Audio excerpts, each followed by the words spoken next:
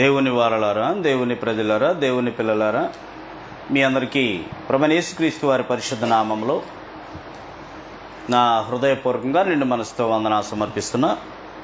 మీ అందరూ కూడా మంచి ఆయుష్ ఆరోగ్యాలతో వర్ధిల్లాలని, మీ కుటుంబములన్నీ కూడా బాగుండాలని మీ అందరి కోసం ప్రతిరోజు కూడా మేము ప్రార్థన చేస్తున్నాం. అదేవిధంగా మీ అందరి ప్రార్థన వలన, దేవుని దయ వలన దేవుడు నాకు మరొక అవకాశం అనుగ్రహించిన విధానం బట్టి దేవునికి కృతజ్ఞతాస్తుతులు సమర్పిస్తూ మీ అందరికీ మరోసారి నా హృదయపూర్వకంగా నిండు మనసుతో వందనా సమర్పిస్తున్నా. ఈరోజు అనగా 2026వ సంవత్సరము జూలై నెల 24వ తారీఖు శుక్రవారంలో మనం ఉన్నాం.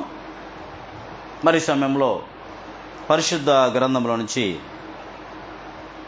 గడిచిన తరగతులలో దేవుని ఆత్మతో సత్యముతో ఆరాధించట్లో, దేవుని ఆత్మతో సత్యముతో ఆరాధించట్లో క్రీస్తు ప్రభు సంఘమునకు ప్రాధాన్యత ఇవ్వబడిందని చాలా విషయాలు మనం నేర్చుకుని ఉన్నాం. సంఘమును గురించి వాగ్దానం చేయబడిందని, అది క్రీస్తు ప్రభు సంఘము ఒకటేనని, అది ఎలాగో స్థాపించబడిందో కూడా దాని గురించి మనం నేర్చుకుని ఉన్నాం. తర్వాత క్రీస్తు ప్రభు వారు తన సంఘానికి రక్షకుడని, తన సొంత శరీరాన్ని ఎవరు కూడా ద్వేషింపలేడని, ఇంకా మనం చాలా విషయములు నేర్చుకుని ఉన్నాం. అయితే మరి సమయంలో క్రైస్తవ యుగంలో బైబిల్లో క్రీస్తు ప్రభు సంఘానికి చాలా ప్రాముఖ్యత ఉన్నదని చూసాము.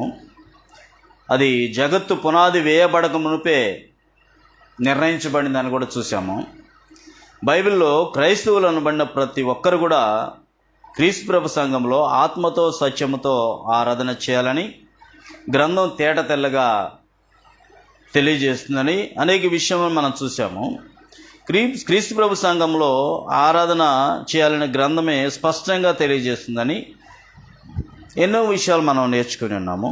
ఎందుకంటే క్రీస్తు ప్రభు కట్టిన సంఘం కాబట్టి, ఆనాడు నోహు ఓడగడితే దానిలో ఉన్నవారు ఏ విధంగా అయితే సురక్షితంగా ఉండి ఉన్నారో, అదేవిధంగా